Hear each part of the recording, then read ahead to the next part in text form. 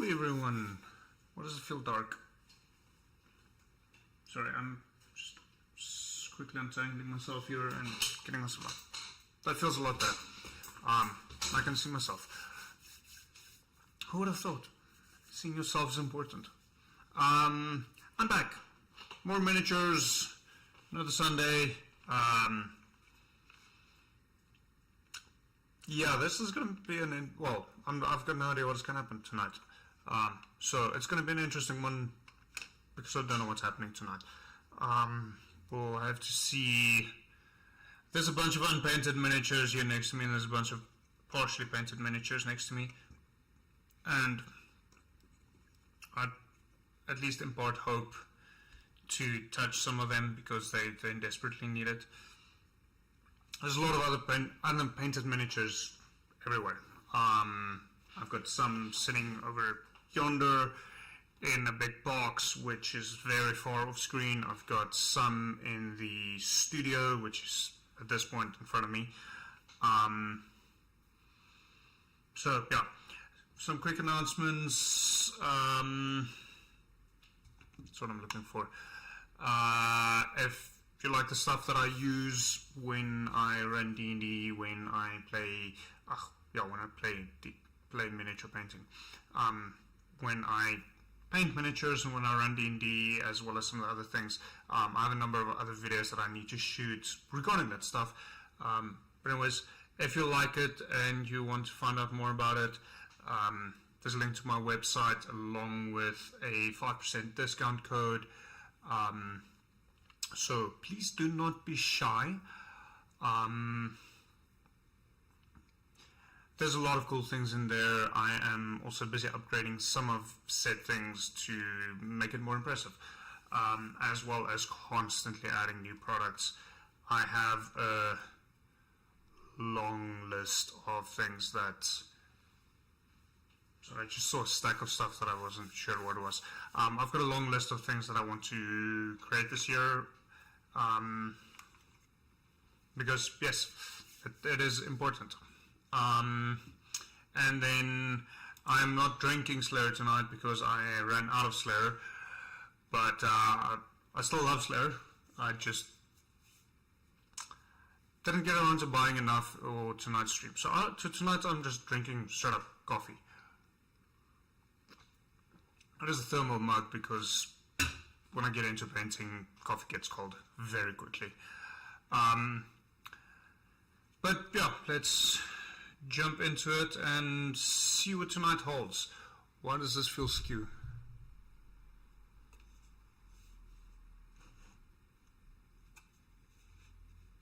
Sorry, bothers my OCD. So,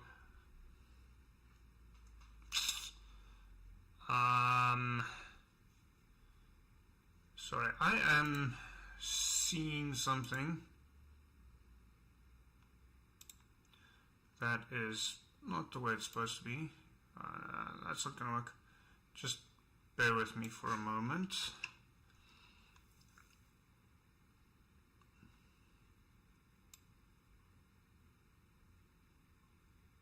My face is gonna disappear momentarily. It's a little bit quicker. Face didn't disappear as much. So I still want to, well, it's a relative concept, but I want to try and see if I can maybe build the dice rolling system just straight into the live stream. Get rid of that. Oh, should be good. Okay. Before I fuck up again. I think it's up one. Sorry, I'm just changing up a few things here because I don't really have a good proper setup for this yet. It bothers me. Why does this feel skew? It's skew on the desk, but it's straight on the stream. It bugs the living hell out of me. Is it? Slightly better. Either way, I shall be rolling some dice. I hope you can see them. At least I can. Let us see which miniature we are on tonight. D&D, that's a good start. Mainly because there's a lot of D&D stuff next to me. 3. I do believe that might be... That is a character. Okay, so I will not be rolling for colors because there is a number of characters here next to me, all of which actually have predefined colors because that is what they are or were played as. Presently, they are all leftover miniatures from the Isles of Adamore campaign that I never got around to finishing because life got a little bit hectic. So it's fucking awesome that I can actually focus on them for a change. I absolutely love that. So some of these do come from before we actually started live streaming. So some of them you will not actually recognize. Wow, there's actually more than I thought. So ironically, I think you may only recognize one of them if you actually watch the live stream,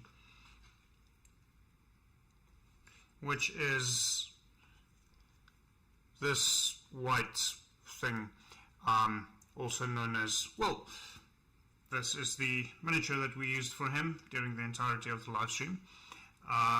We also have Grizz, which was Samuel's very first character. Sorry, I just quickly want to do something.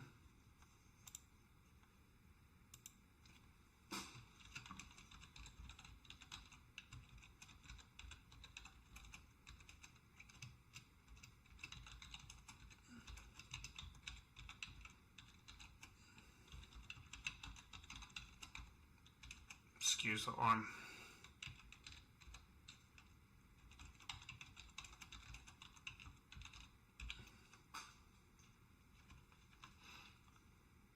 So, yeah,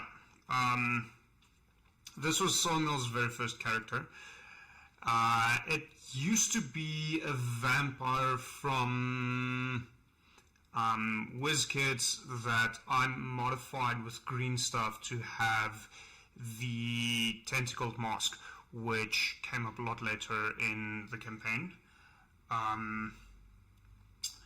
Obviously, Will's mechanical sidekick, and then so those two you don't recognize. These ones, Tink was a fairly short-lived character. Sorry, Mike, but it is a little bit funny. But yeah, Tink was a short-lived character that died because she tried imitating a winged kobold, and instead of and tried to convince a red dragon that she's one of its servants, and the red dragon did not fall for it, and she got disintegrated. We also have Sparkle, the half-orc child who continues to give me nightmares, even though she passed away 4 years ago, along with her daddy. Yeah. It was a very fucked up situation. I am very happy that that stopped.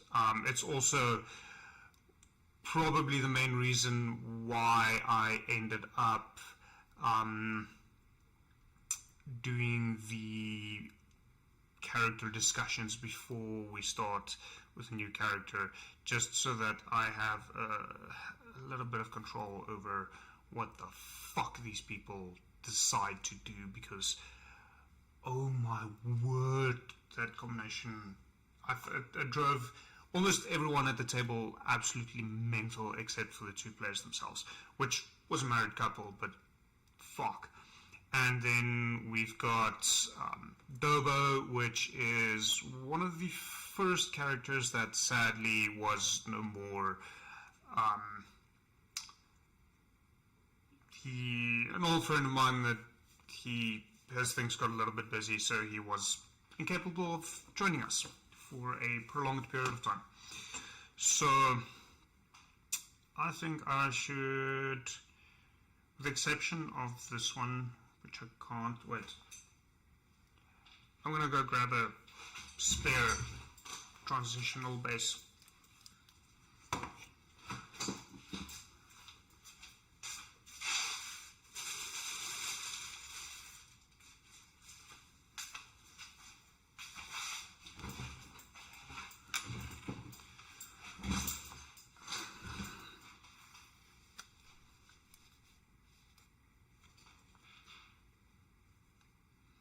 I just want to check something quickly.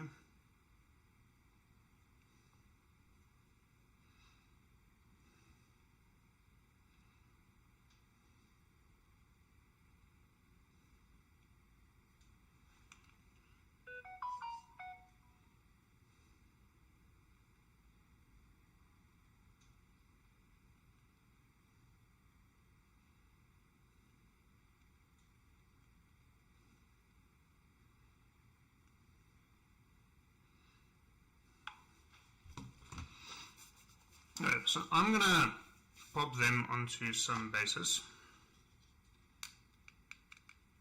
Get these circus freaks off.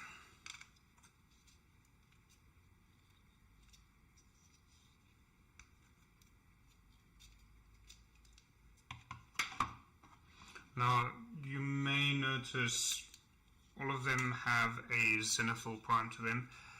This is largely because, especially the older ones, my aim is to do what's known as a slap chop method of painting. So go over them with contrast paints. So transitional base, this is just to get a slightly odd shade base to actually be able to be held onto a one of the painting handles. I've tried making painting handles that has adjustable sizes, but damn, that's difficult. And oftentimes it requires things like elastic bands to actually get them to work, which tends to wear out, and paration. Yeah, it's such a difficult thing to actually accomplish.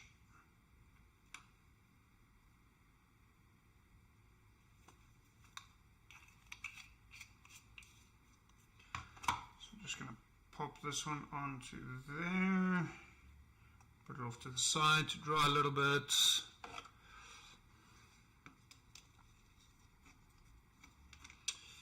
Yes, so no, the Infinity also needs some desperate love and attention. I was worried that this might be the case.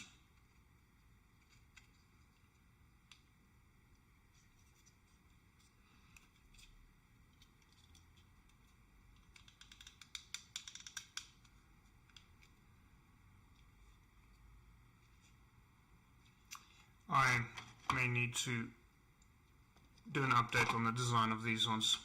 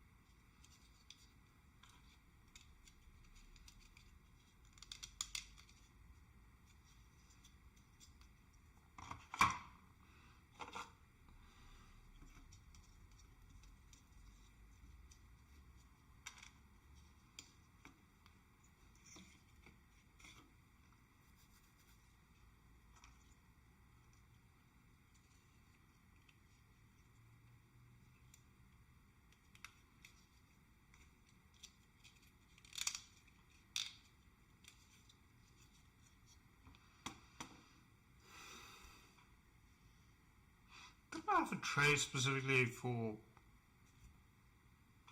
Yes, I did.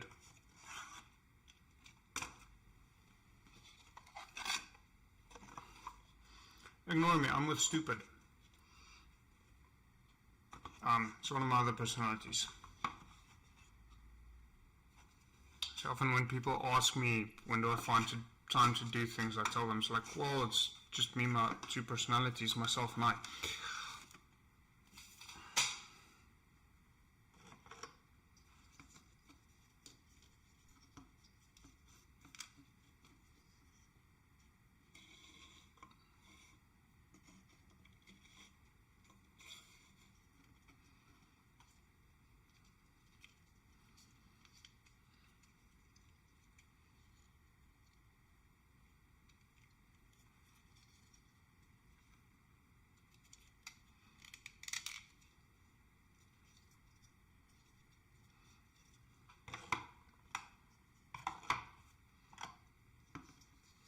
I am supposed to have more painting handles. I just don't exactly know where they are. There's one of them. I did misplace its little clip.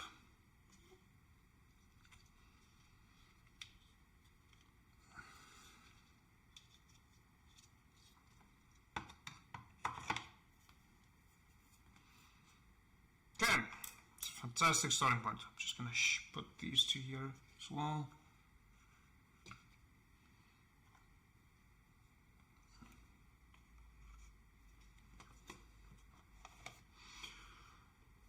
So let's paint.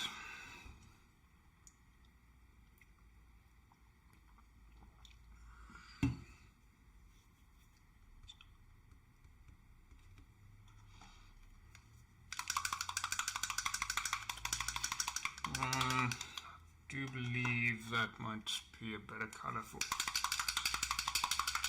him. These are the Pro Acryl Transparents. I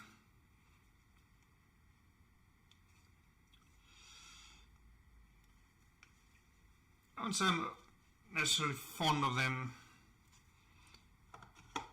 They do their job, but it's not the greatest paints out there. At least not as far as transparency are concerned. Or contrast, that kind of... I've heard many good things about paints like the Army Painter speed paints, and as far as I understand, the Citadel ones are also not too bad.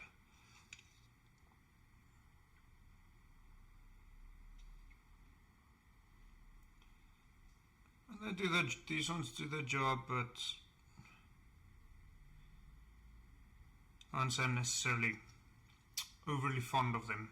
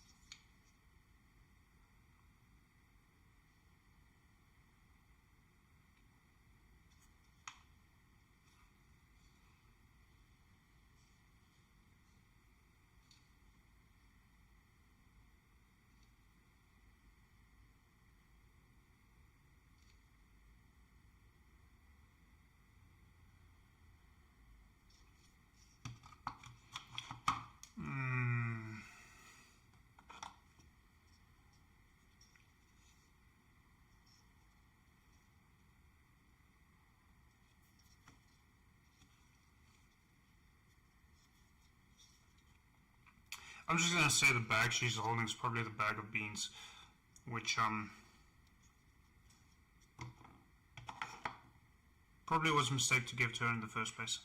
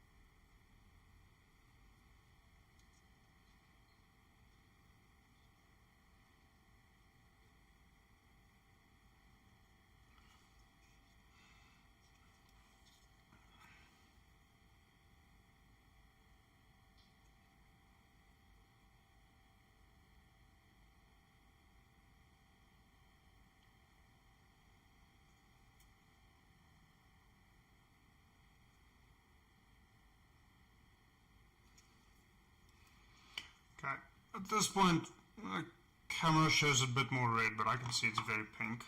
And the same thing is happening here with Kaya, with a K, fucking bane of my existence. So I'm gonna do a second coat, just to darken her up a little bit. Try and get the red to be a bit more red.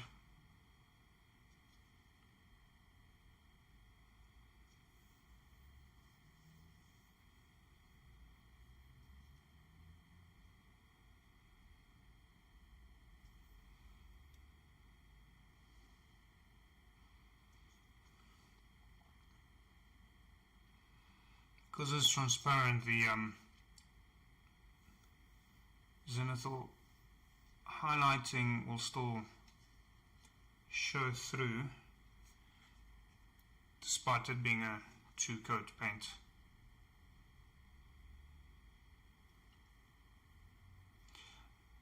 So my hopes is to try and get some of them done tonight. I'll be building a what do you call it?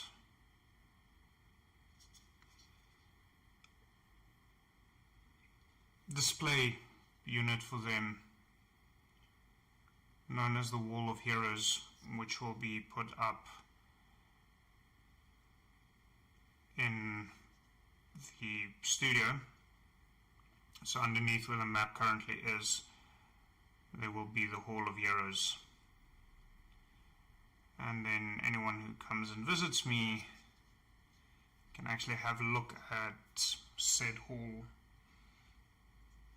and we can tell stories. I think that's a pretty fucking awesome thing to do.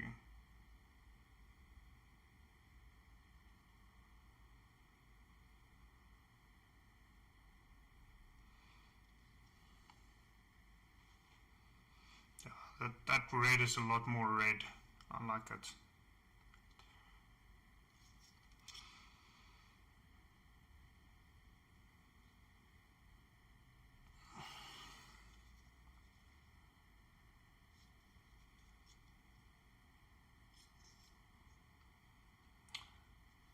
So a little bit of backstory about some of these characters.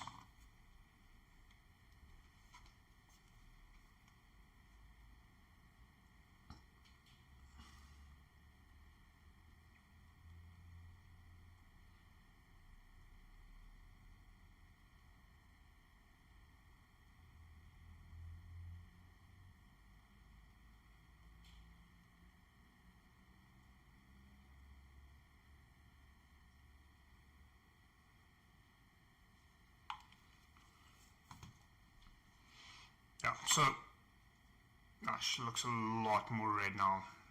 It's very vibrant. I like it.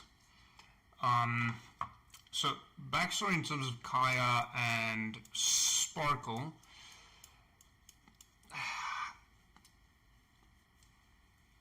Overall, I'll give it to them. It's an interesting character combination concept.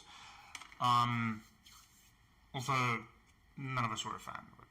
Just absolutely none of us. We absolutely, it annoyed the hell out of us.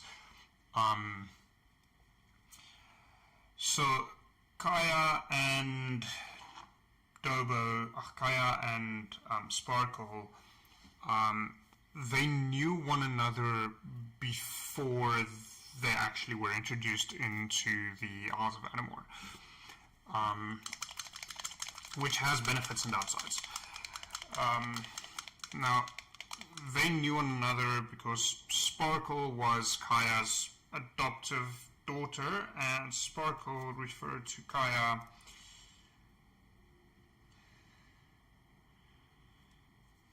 as Daddy, despite Kaya being female, which is the first annoying thing about them.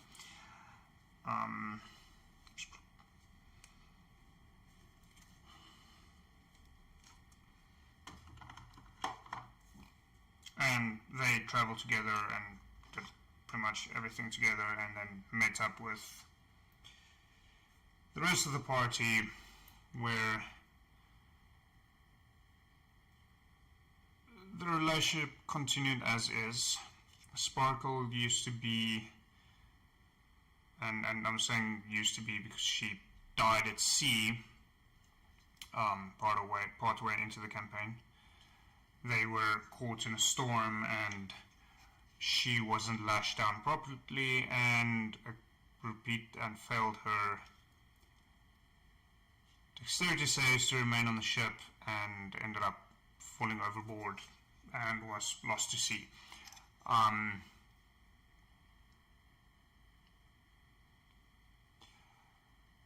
So, and yes, I know I brought Aurelius back, even though technically he was also lost at sea or drowned, jumped over a cliff.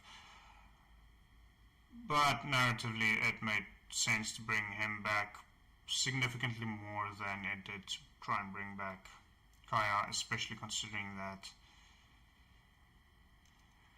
Aurelius' player played until the end of the campaign, Kaya's didn't.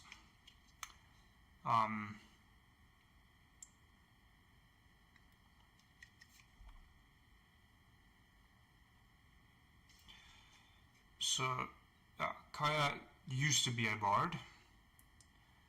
Sparkle was a fighter.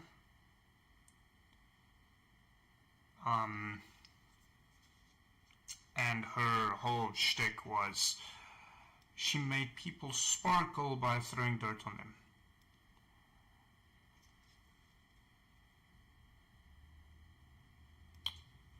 She's very much the reason why I decided that if you want to play in my campaign, your character has to be at least the minimum legal age of whatever that species is.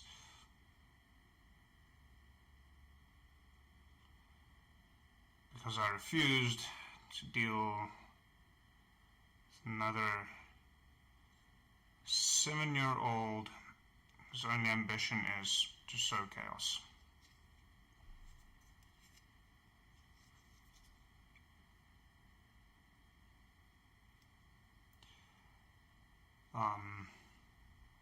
Sparkle eventually passed away due to a very rare infection caused by a intellect devourer just before the Solemn entered into the Underdark.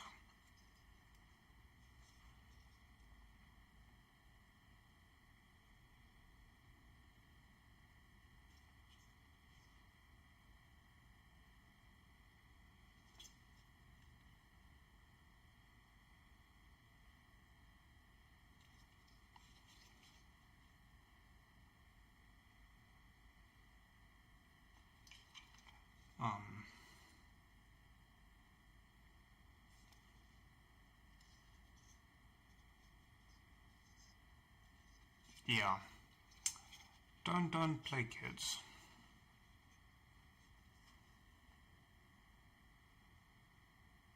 It's unnecessarily annoying for your dungeon master.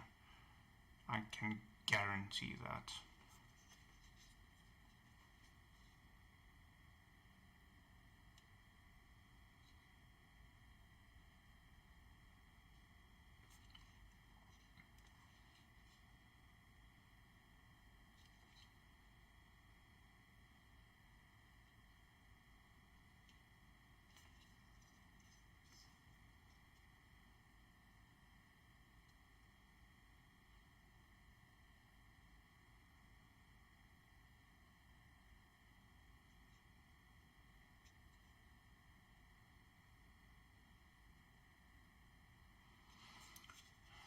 Dobo, very interesting character. Goliath Barbarian, which I think fit his player quite well in the sense that his player didn't really want to learn a lot of rules. So him playing a Goliath Barbarian made a lot of sense, as he did not have to do a ton of thinking. He could just go around hitting things. I can't actually recall what exactly his primary weapon was. I mean, here he is depicted with a sword, but I don't think he actually used the sword all that much.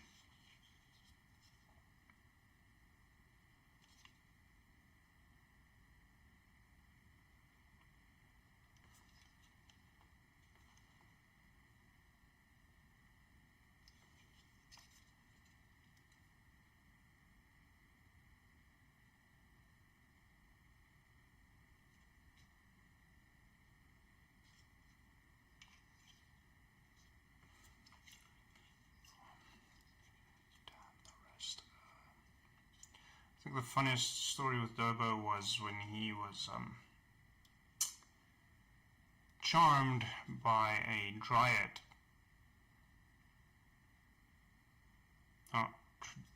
Dryad I see as at least part elf, and in terms of size and shape and so on.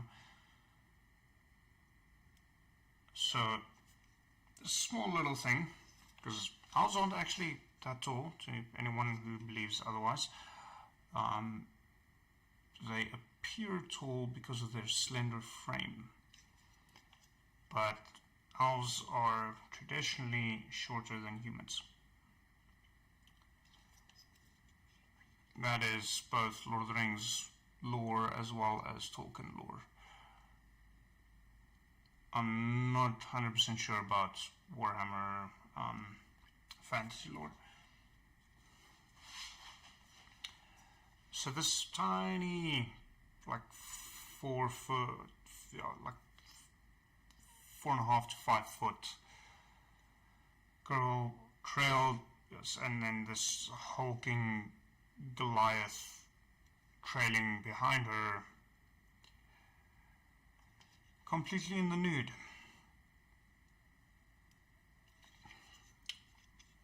Not an image that I want in my mind.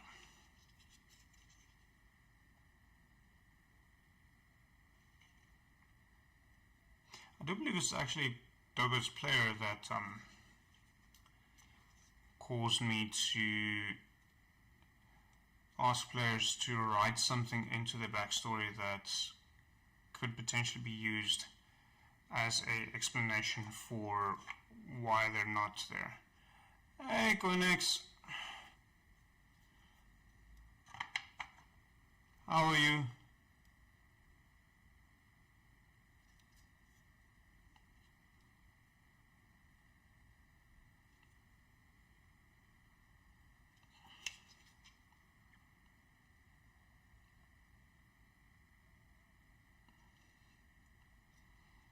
Alive and kicking. Had a reasonably chill Sunday, and now I'm painting up some long overdue miniatures from our previous campaign, and reminiscing of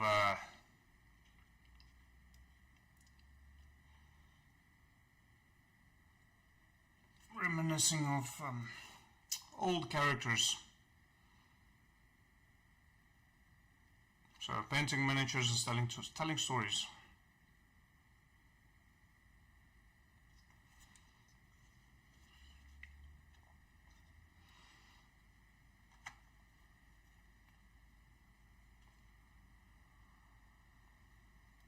There was a hair on my palette.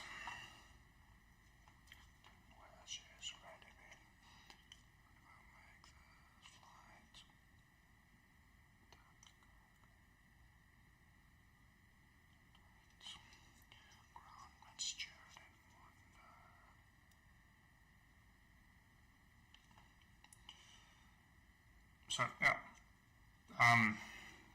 this player couldn't make a lot of sessions, so I ended up asking players to Give me something in their backstory that I could potentially use as a reason for why the player misses a session.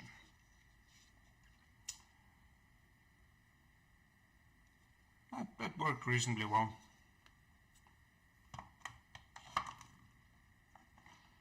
I do believe she was wearing predominantly leather armor, so brown it becomes.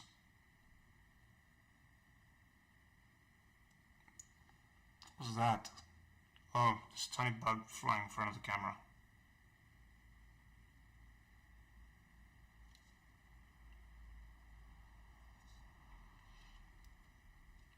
I must say, for a 7-year-old half-orc, Sparkle has a lot of boobs.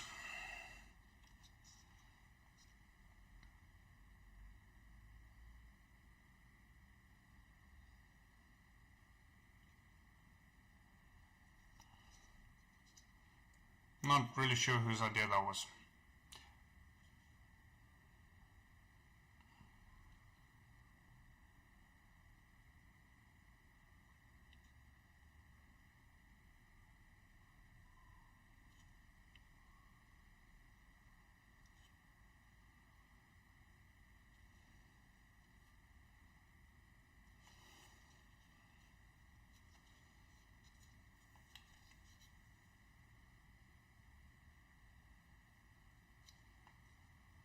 I'm assuming that'll be leather gloves as well. I shall differentiate between the objects later.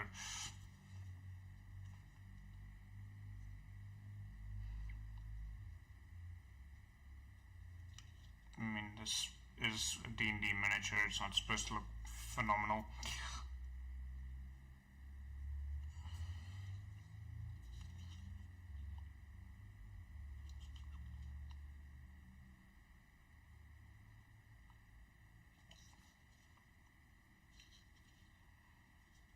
Do you believe that's a bit more of a... shit, that could actually be more of a gauntlet. Steel gauntlet. Oops.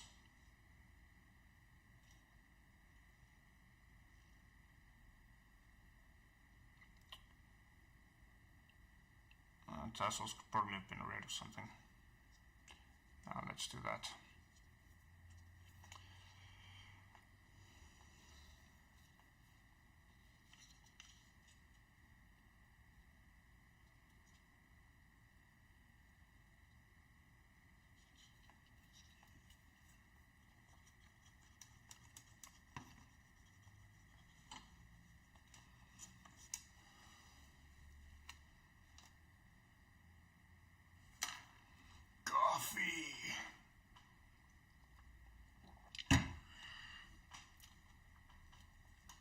I don't think I'd be alive if it wasn't for caffeine.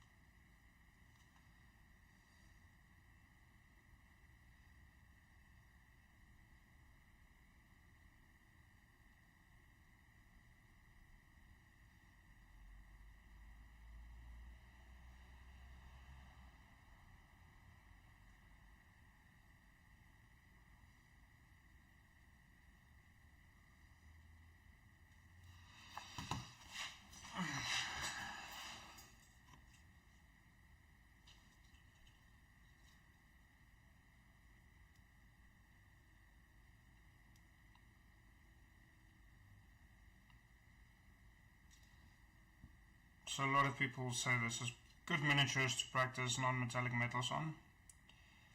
And as much as I agree with him,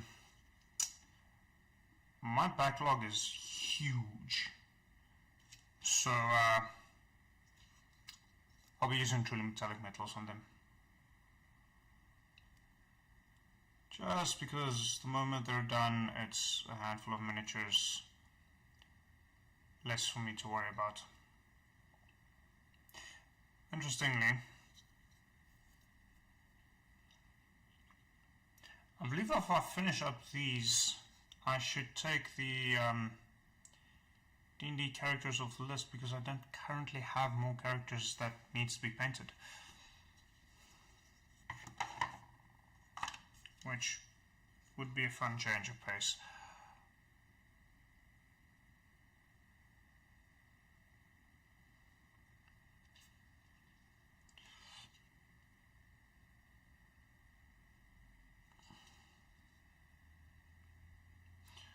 So this one, Vernari,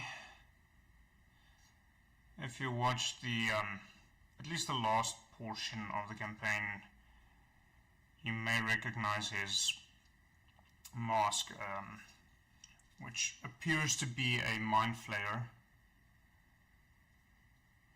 which is very much the intent. They were a cult of humanoids, predominantly humans, who actually worshipped Zothomog. They had, and I never specified how it happened because Vernari never lived long enough for us to get to this point, but they actually worshipped Zothomog. They came to know about his presence and started setting up a cult in the Isles of Adamor region and worshipped their great master, which is why they were the ones activating the beacons in an attempt to awaken Zothomog.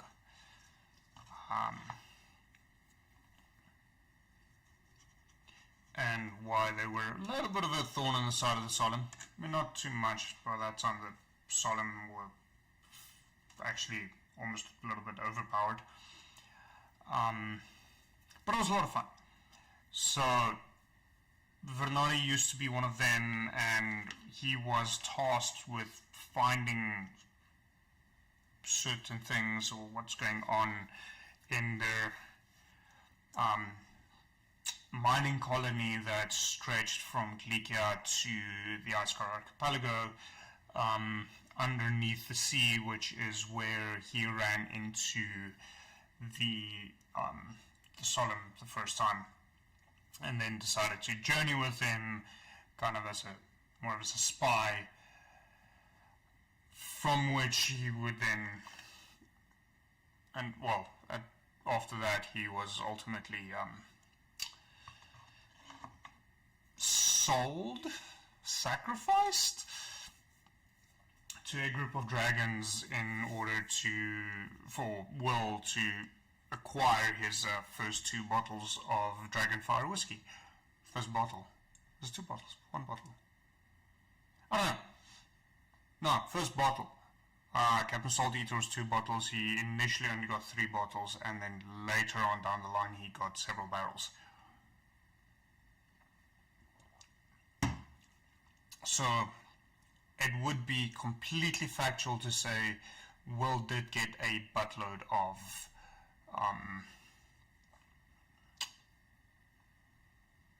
Dragonfire whiskey, and I have like 150 mils left, because sadly South African law changed, South African alcohol law changed, and the distillery can no longer make it the way they do. They first need to find a new recipe, which sucks. Thank you, South African government.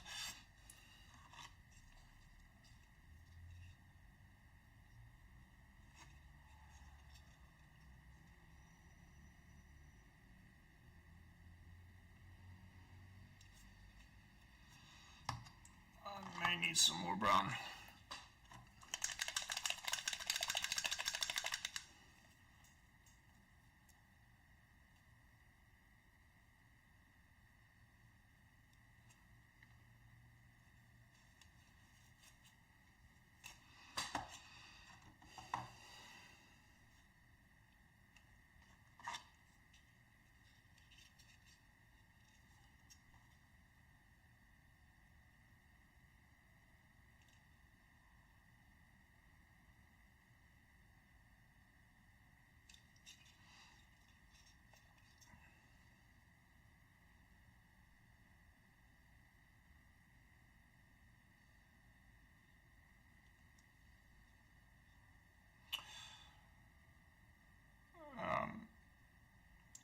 they'd never actually played together, Will and Vernadi was actually connected. As Will, not Will, Dobo and Vernadi was connected in that Dobo was one of the convict workers that was used to mine necronium for the cult, and they met up with the Solemn in there, which is also where Jay ran off and became the necromancer that revived the dragon that killed Mike's other character, Temujin. Yes, it got a little bit convoluted. Hey.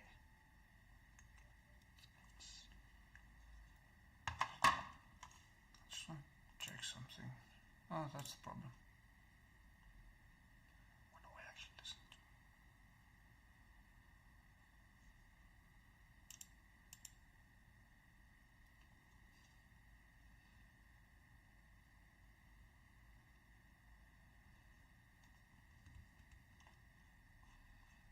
Oh, yeah.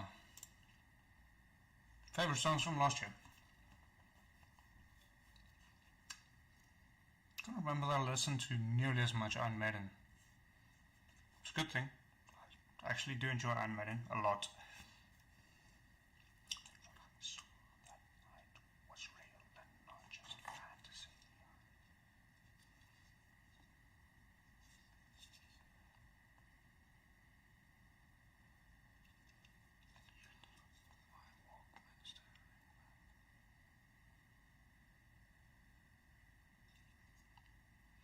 I must say I'm quite happy with what the transparent paint did on the fur of Dobo.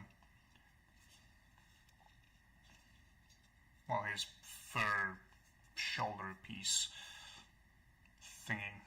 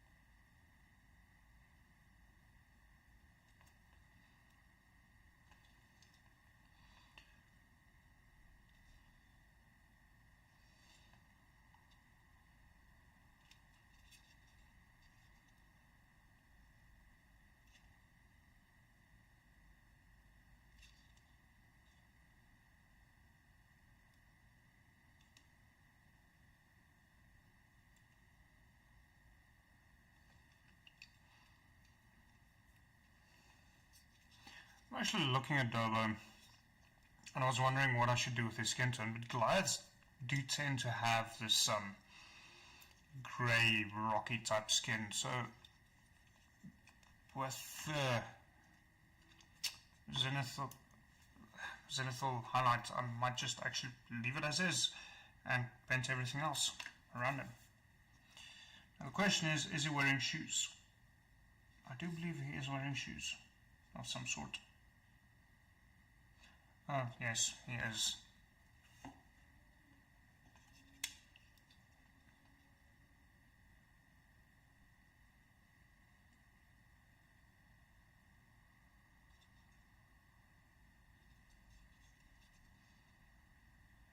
Where is he? No, I think he isn't. What I think this is... So I didn't design these models, and some of them were a little bit more stylistic, not necessarily a true representation of the character themselves. But what I think is on his feet is a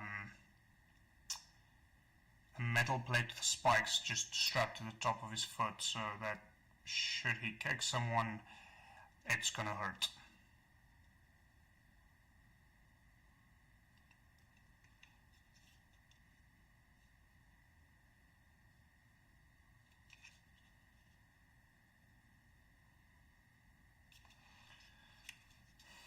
So, and it's looking reasonably good thus far.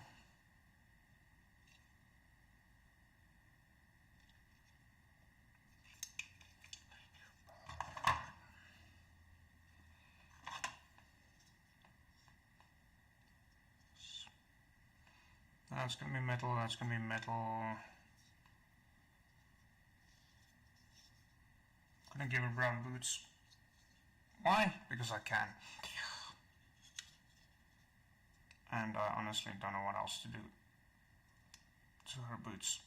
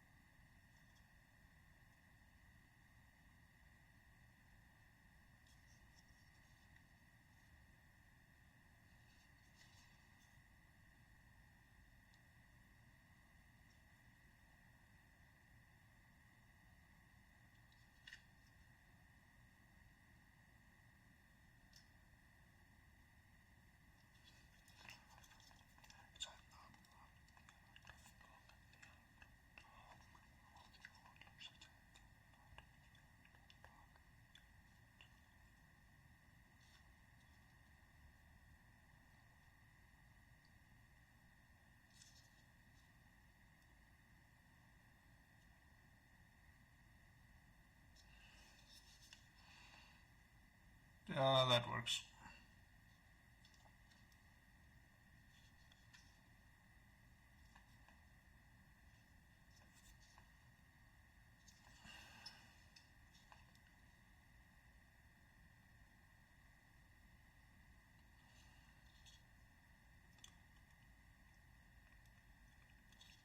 Beware of the antlers, it's in the blood.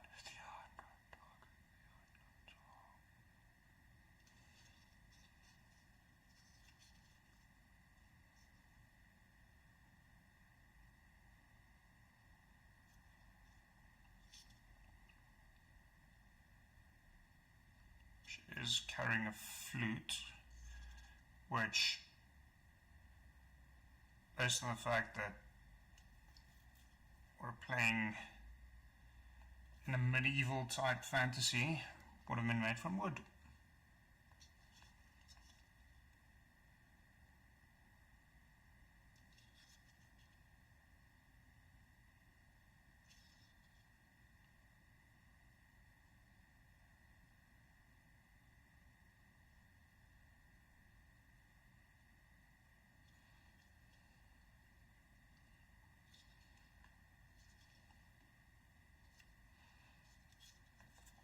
I'm also going to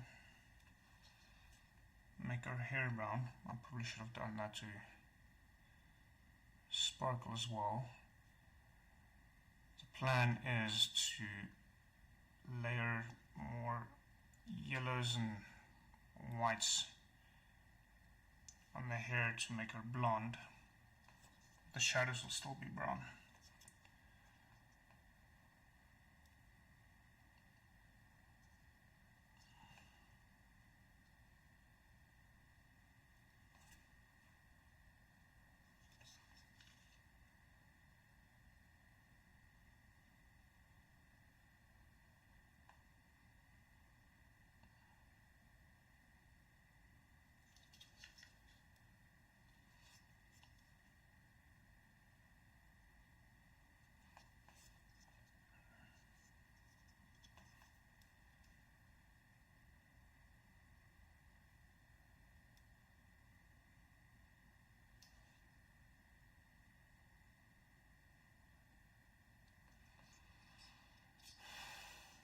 Okay.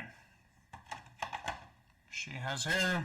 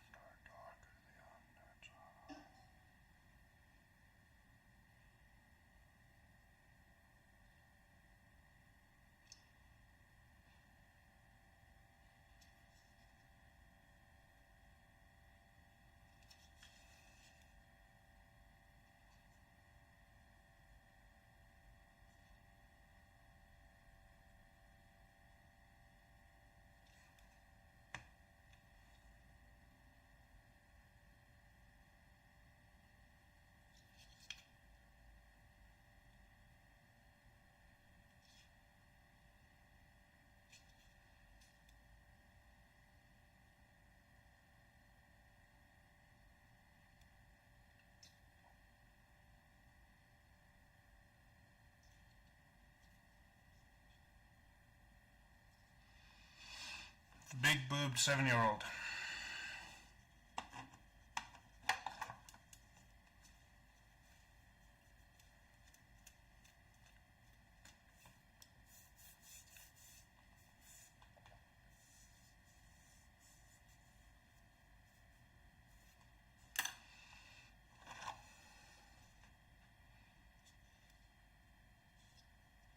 Tank should probably also get a little brown, but I'll get back to it momentarily. That's what I'm going for.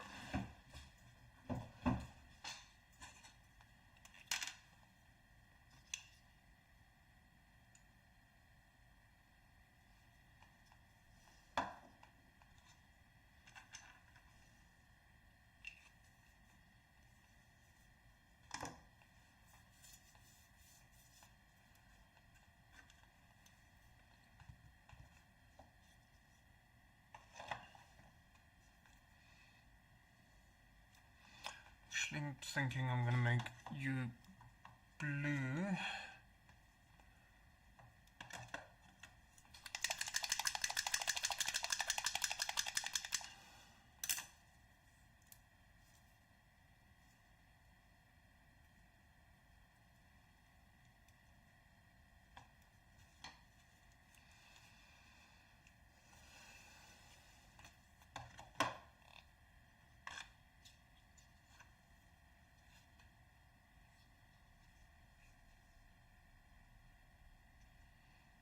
This blue is very strong.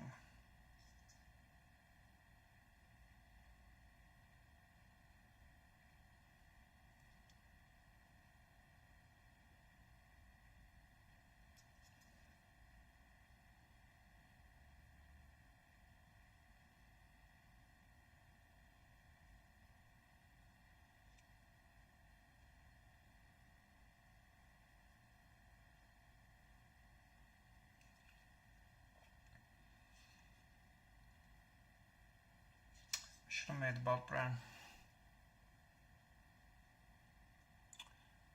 Oops.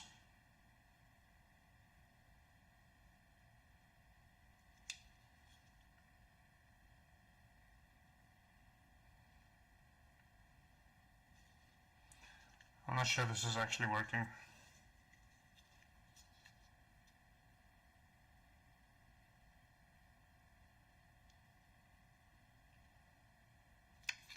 Trust the process, they say.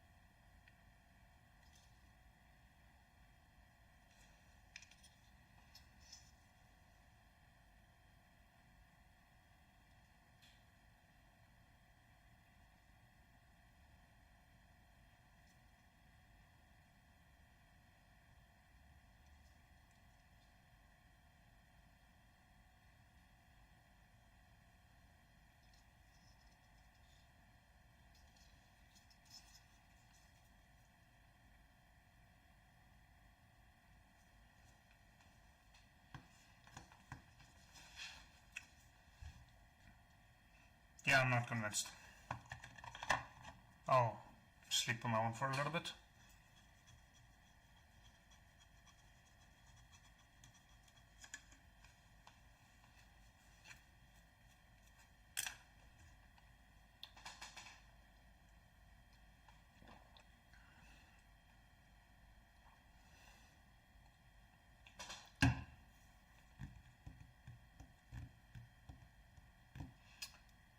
I think it's time to pull out the metals. Mind my head.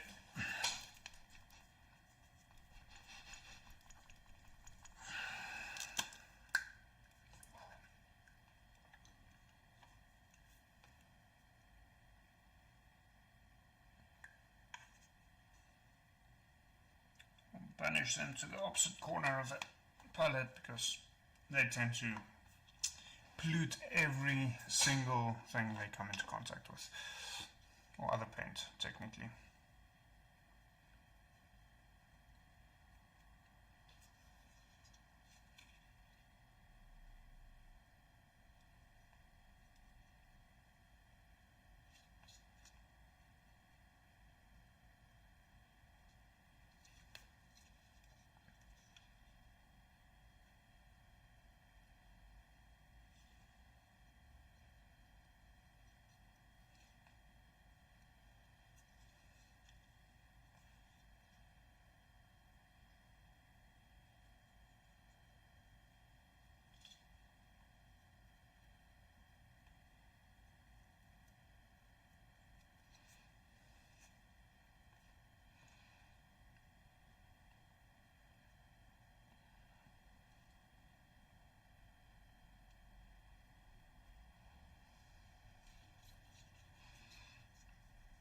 I'll switch over to the smaller brush soon. I just want to block out most of these.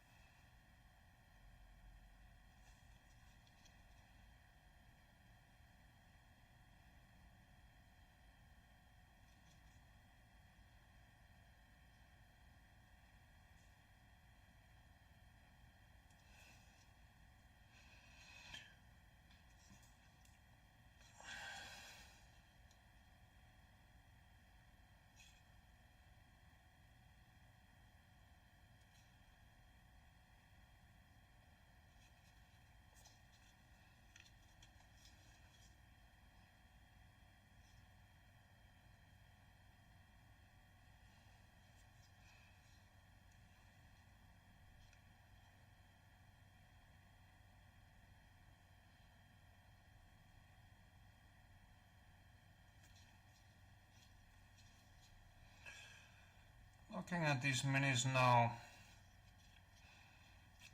I think that the slab chop method is a fantastic way to paint up D&D miniatures. Gives them a little bit of color, makes them stand out. You're not spending excessive amounts of time on them.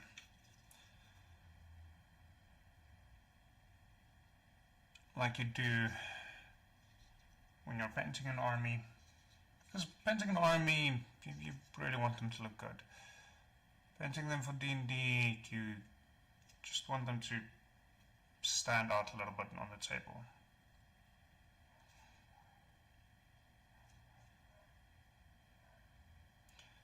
And especially when thinking of NPCs.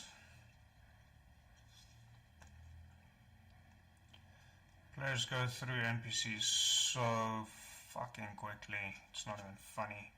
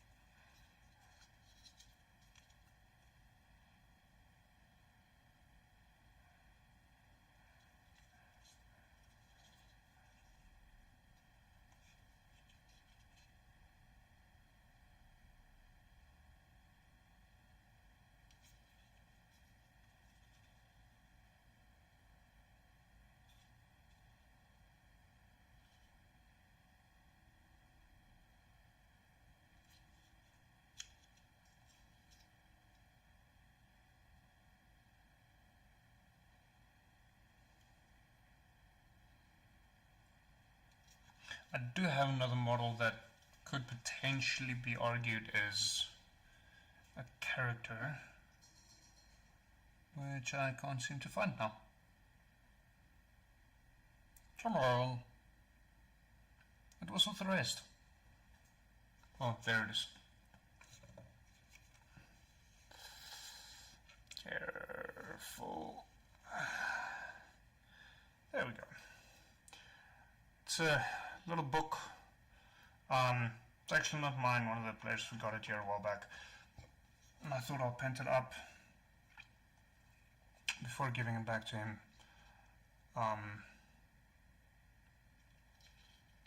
But it could potentially be used to represent, well, both B and J.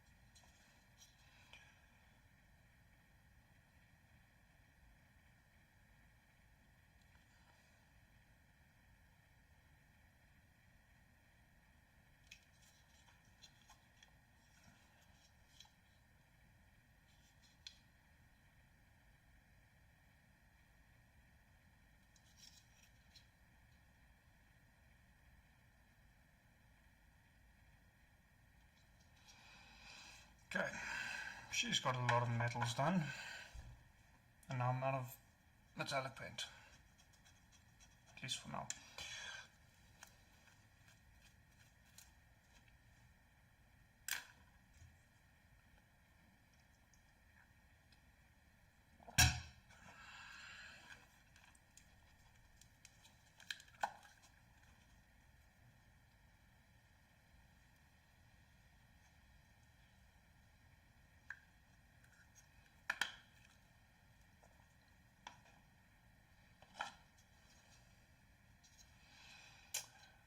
Our moderately armored bard. It's actually a lot of armor for a bard.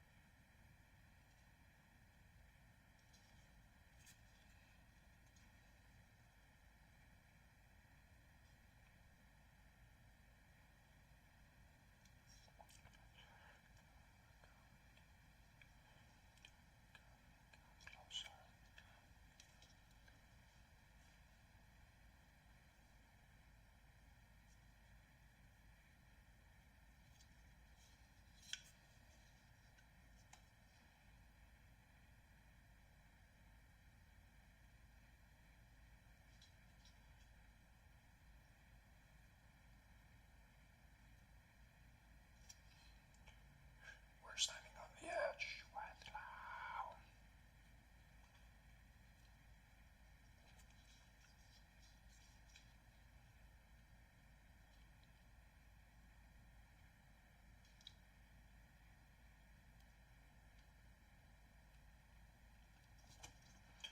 I think I'm going to do a lot of the more blocking out several of these paints.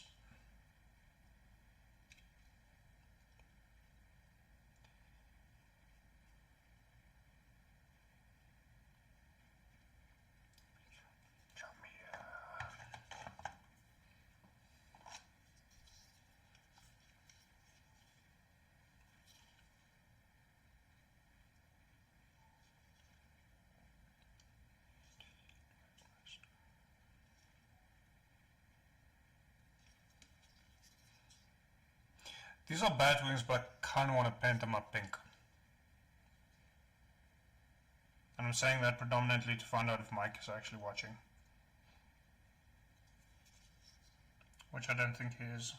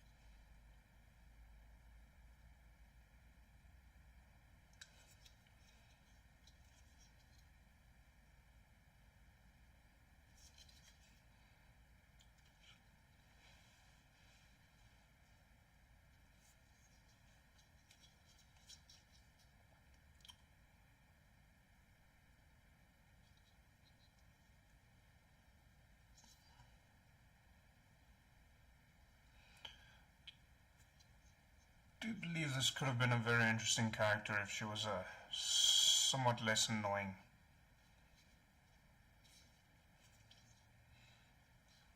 Because holy fuck, she was annoying.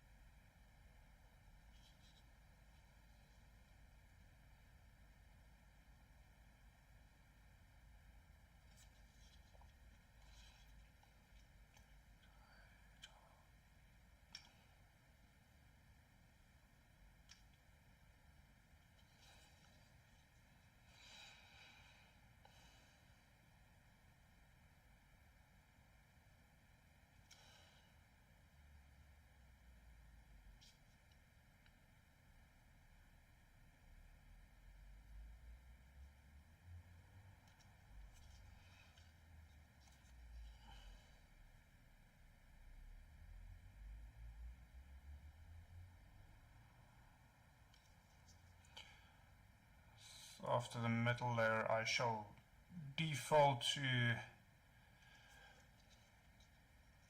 liquid skill, more commonly known as either Agrax Earthshade or Lead Belcher. I think Agrax Earthshade is the more versatile of the two. In this particular case, Lead Belcher will work the best.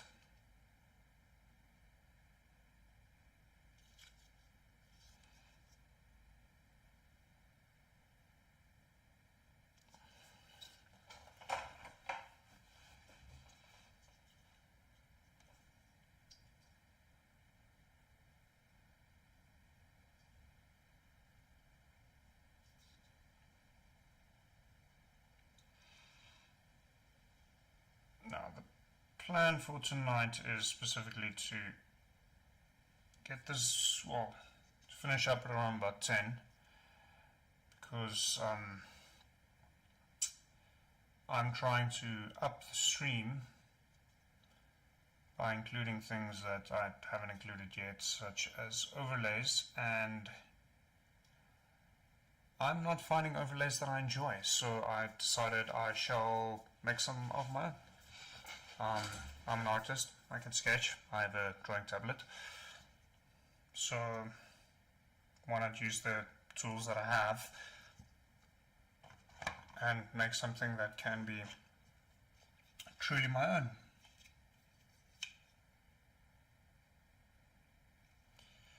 It also has the benefit that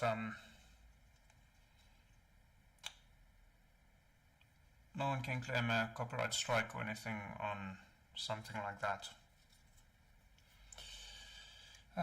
Dobo, you have a unnecessary amount of metal bits on you, and that is more than just a little bit annoying.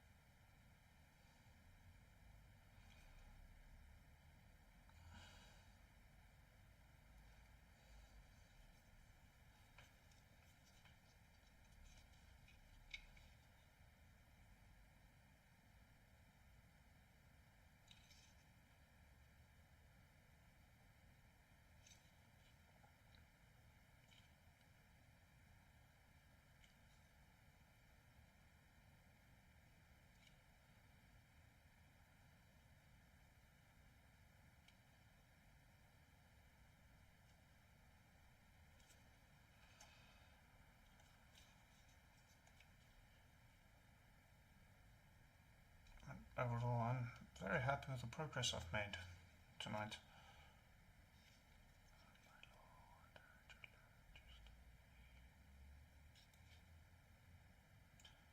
That's such a beautiful song.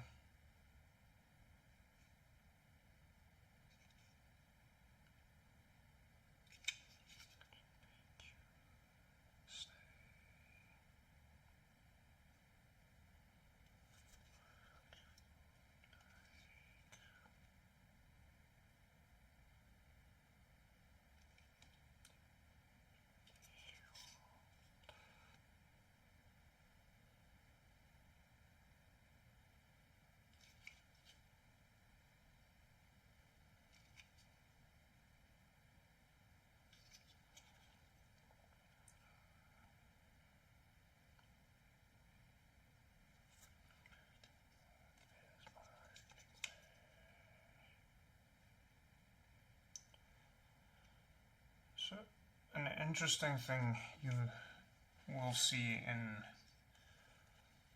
the up-and-coming campaign is, just to make things a little bit easier, I am color coding the players, which should hopefully make them a little bit more visible on the battlefield.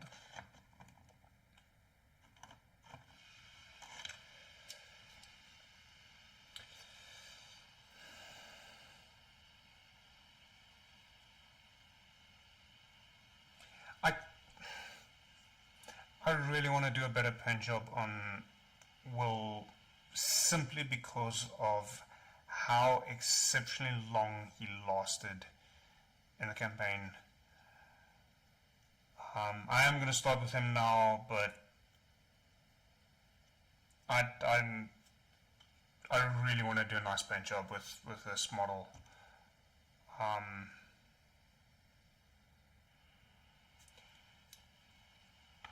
mean, all of these are passed away. I actually don't have all that many models of the final characters.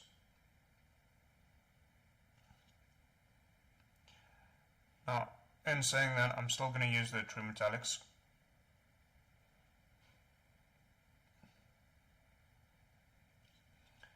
But I'm thinking of taking some artistic liberties and painting his model in such a way that Renan never could have played with it. Sorry, Renan.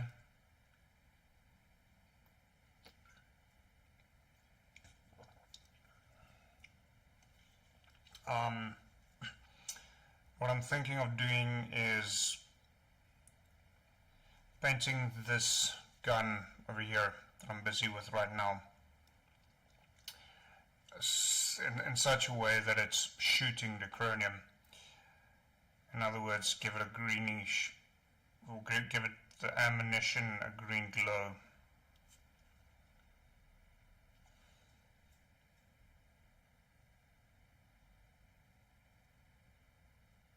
Interestingly, I don't think he actually ever asked me if he could build something like that, so maybe this is more on him than it is on me.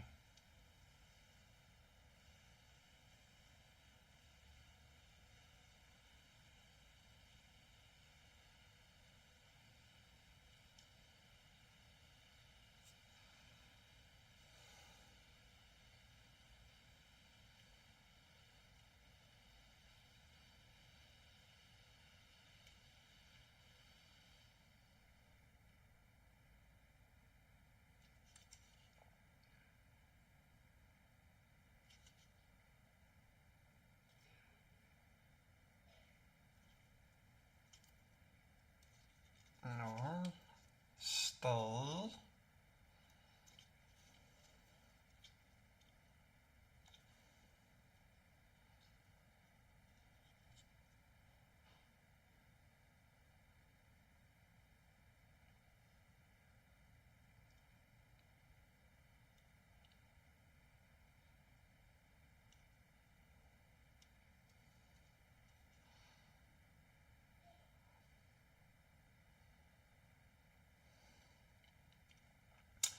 The reason why Will is so white is because he chose white robes, which made absolutely no sense. But it's his decision. So I will bloody and dirty then at the end.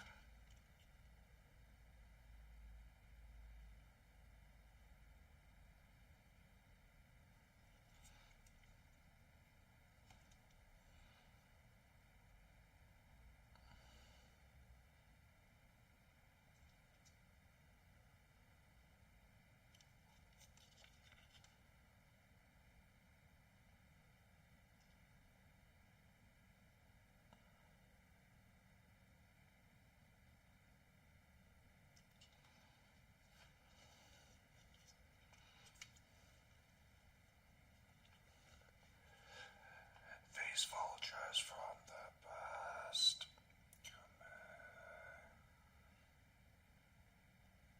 I think the other reason why I want to paint this one up a lot nicer is because it's a hell of a lot more detailed than the other models we are using.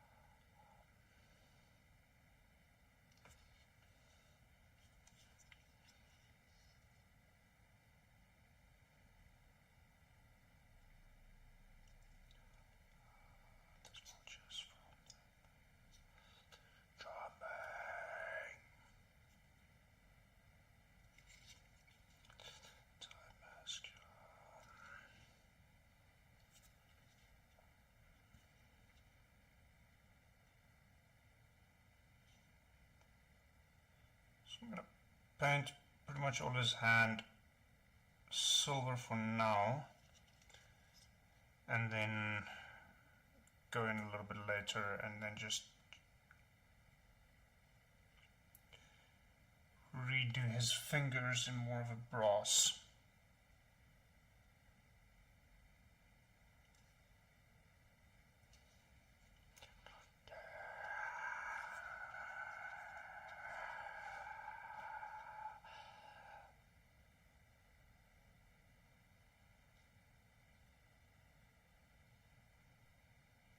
Actually, now that I'm thinking about it quickly, I want to look something up. Ignore that.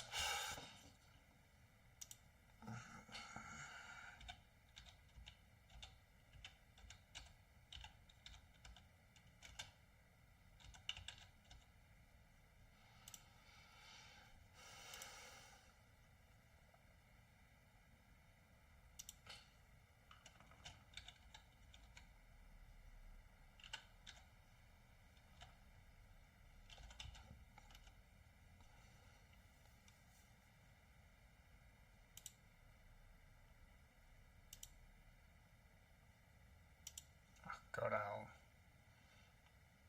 I'm speaking to the PC, not to you guys watching.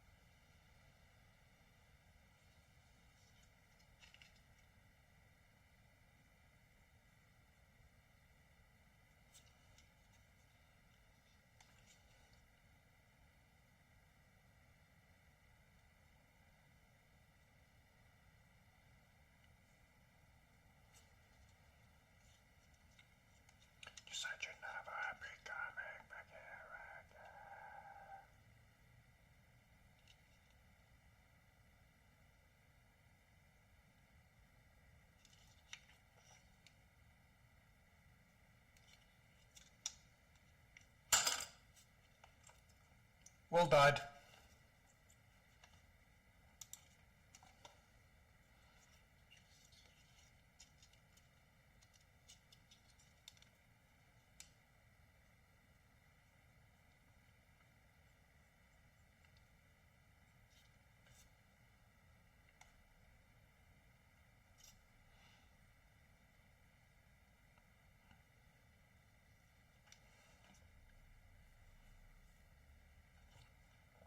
I'll get back to him momentarily.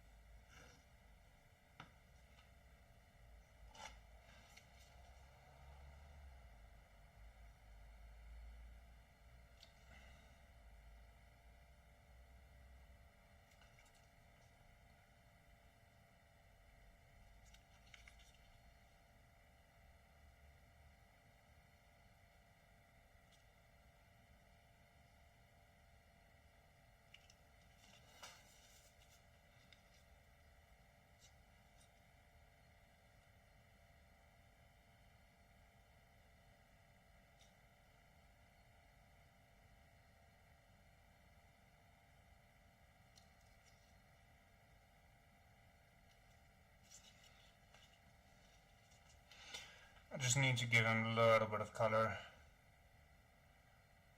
At this point it's white and silver.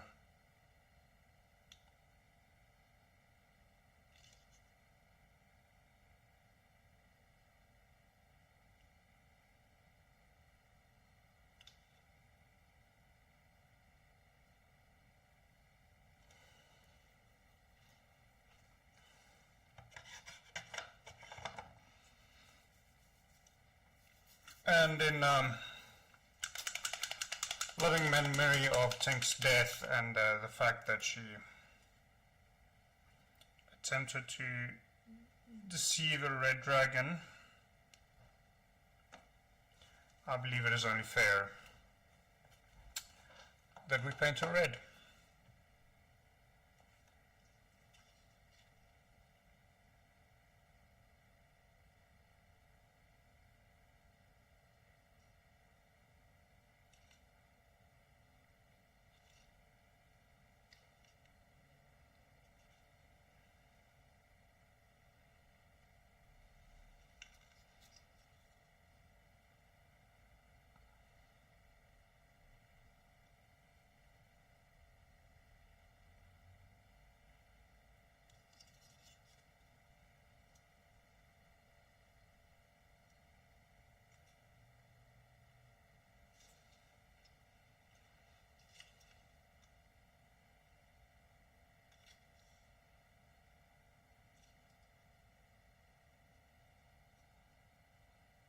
Mike, you're welcome to tell me if you disagree.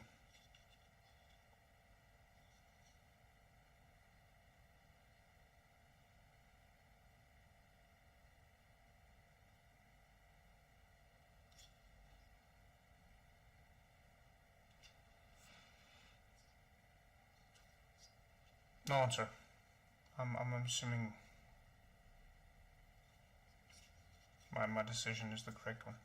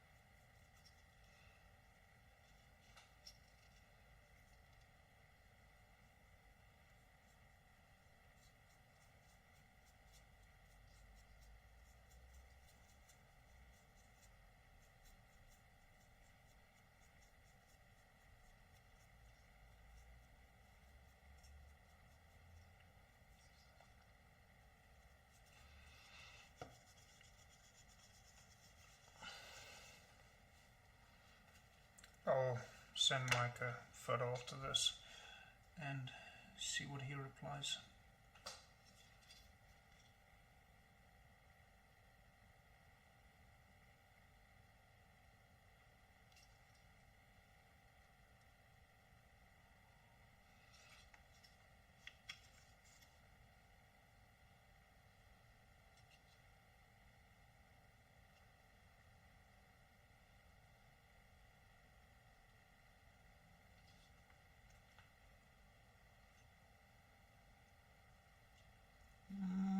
That was too much water. Fuck. Oh well. She is red! It's more like a demon than a fairy, but... Children of the damned. Why did I think of that earlier?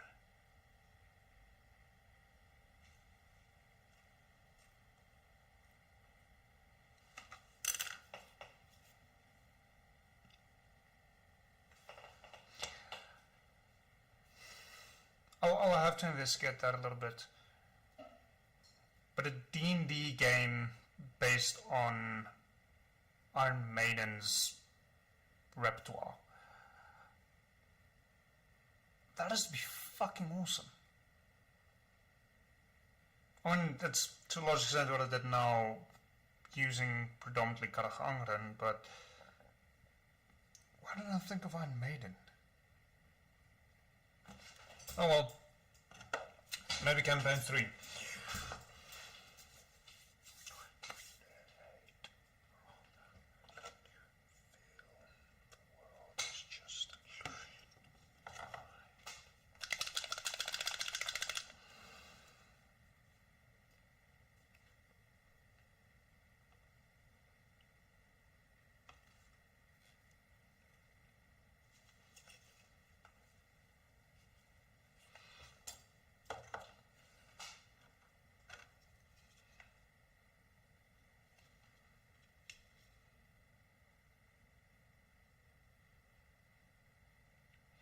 I mean, I do acknowledge that Iron Maiden has a lot of songs revolving around history, specifically more modern wars. So World War II. I mean, Aces High talks about the Red Baron. You've got Empire of the Clouds, which talks about the R-101, which is the greatest airship disaster in history. Interestingly, a lot of people mistake the Hindenburg to be the greatest airship disaster in history, but they miss out a single word. The Hindenburg is the greatest televised airship disaster in history. But I mean, the R-101 was, as far as I recall correctly, between the two world wars. I'll just double check that.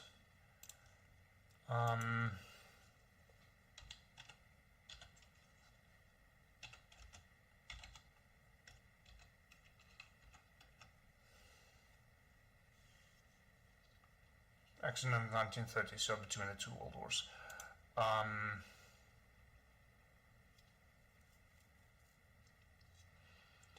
So, I mean, obviously that's more contemporary history, although, I mean, airships do tend to sneak into fantasy, and I do have several steampunk elements in my campaign, or my universe, so that one might not be impossible. Run to the Hills is, I mean, it's literally in the beginning of the song, White Man Came. It's about the white men coming to the Americas for the first time and everything that transpired there. Which could actually still influence the campaign in a manner.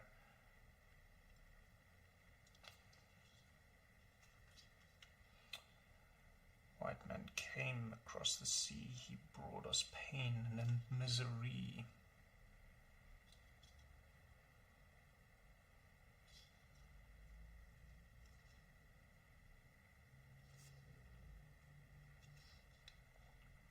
brilliant song. But I mean, they also have concept albums such as Seventh Son. Then obviously there are lesser known works in the 19s like Virtual Eleven and so on that I honestly don't know remotely well enough. Fear of the Dark could actually potentially play into the current campaign.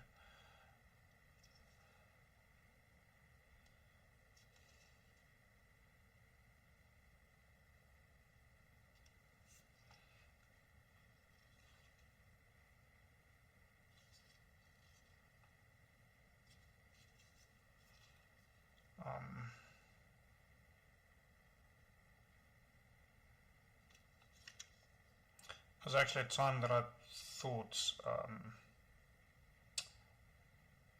having Eddie as a time traveler could be a very interesting novel series. And he would go to all these various different places and encounter different people and do different things.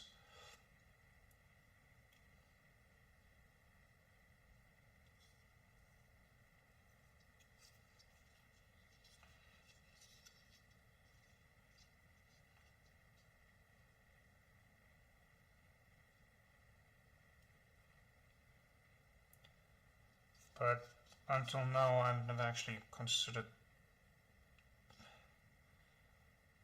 trying to incorporate some of those ideas into a D&D campaign.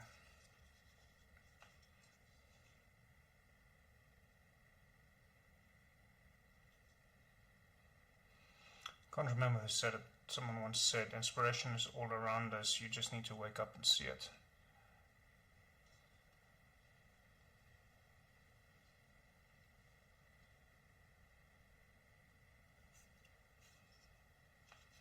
Which is very fucking true.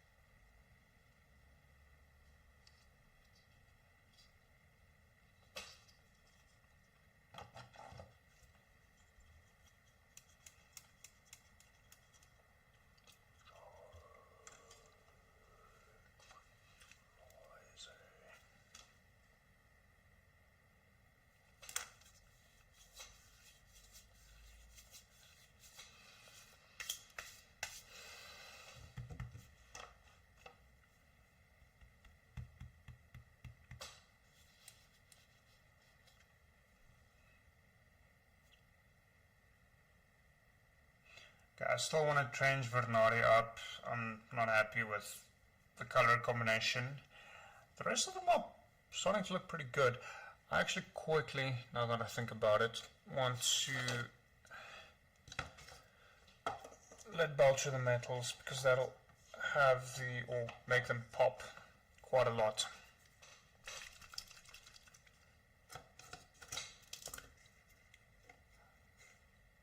That is Agrax.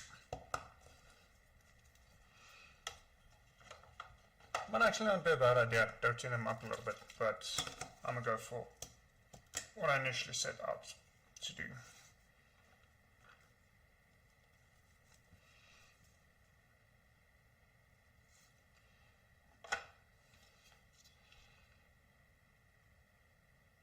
What the fuck is going on here?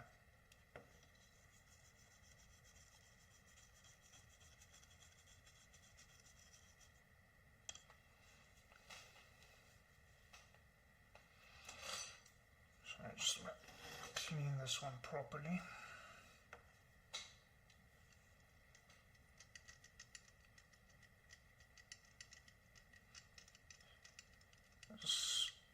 Just a little bit of the red transparent on it, and the moment I put it in the wash, it reactivated the red.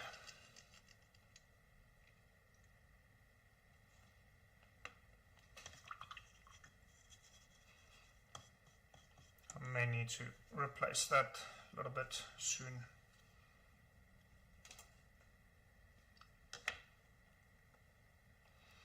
tiny bit of airbrush cleaner, it works so well to get the paints out of a paintbrush and done.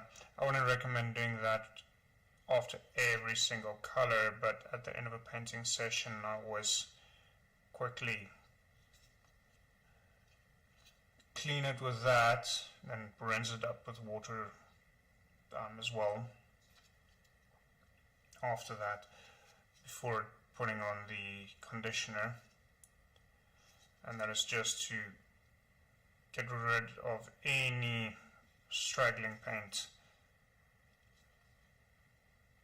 that may have found its way into the or that I did not get with just pure water. Fuck.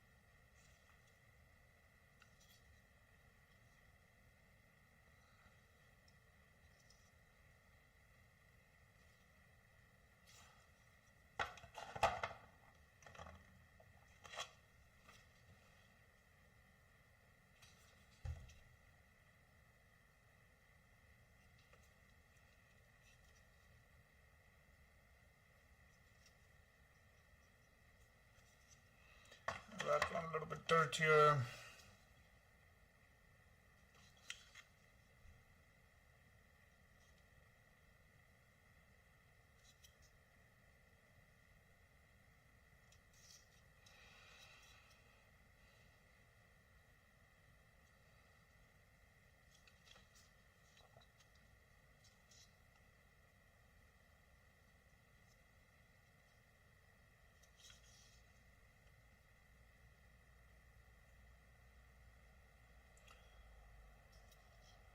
Almost done with this.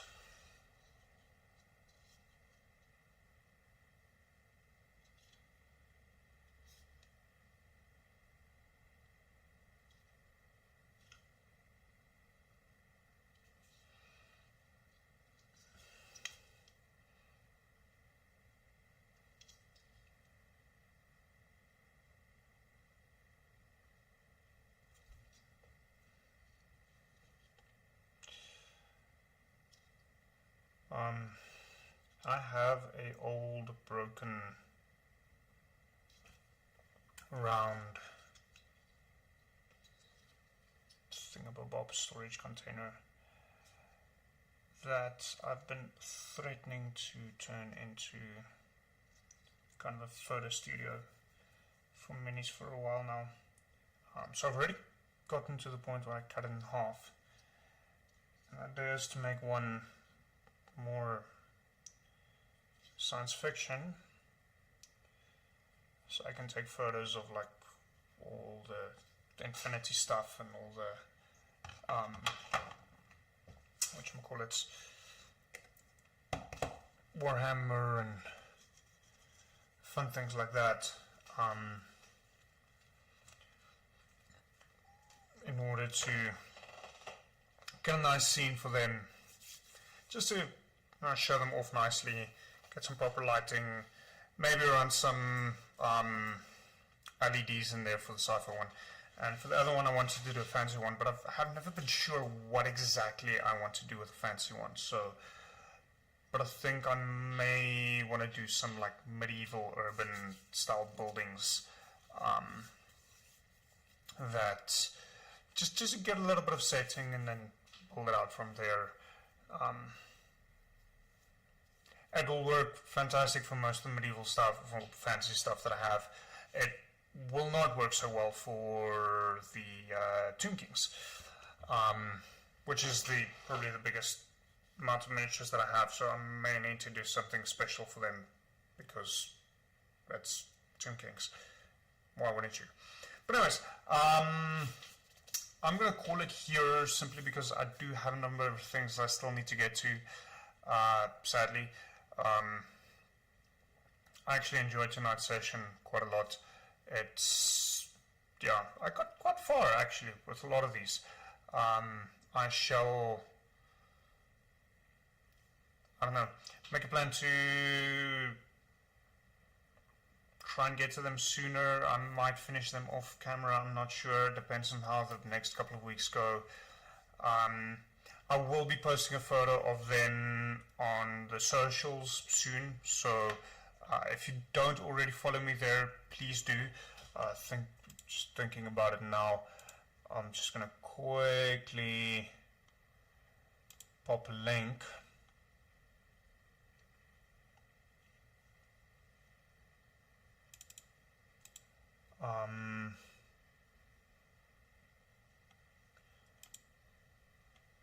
Come on, give me what I want. So I'm just quickly going to paste the link. I'll put one in the YouTube description, as the YouTube video tends to stay up quite a little bit longer. But follow us there, because that is where most of the updates happen. I'm transforming that Instagram more to the art and lore and so on of the atmosphere of the world we're playing in, as well as posting photos of the miniatures that I paint up there. I need to give that a lot more attention. But the plan is to post some photos up there, so I will hopefully Tuesday post some photos, simply because there's something else going live tomorrow. Something else is the live stream schedule for the following week. So this week, Monday evening, we're doing another character introduction for Deum Fieri. This time it's going to be with Matthew. He also has a very interesting character coming up. It'll be quite interesting to introduce him and to see how he handles the specific environment he is being thrown into. We're probably not going to delve too deeply into his backstory as such, as that is something that will definitely come up later in the campaign. But join us for that. That's going to be a lot of fun. And then the next stream is actually only, after that, will only be on Sunday evening with Mania, as I am running a different D&D campaign this Wednesday that I cannot actually live stream yet. There's still some documentation that needs to be sorted out in order for that to happen. But yeah, join us tomorrow evening. It's going to be a hell of a lot of fun. I'm quite excited for tomorrow evening. So yeah, have a lovely evening further, and then I'll see you tomorrow again.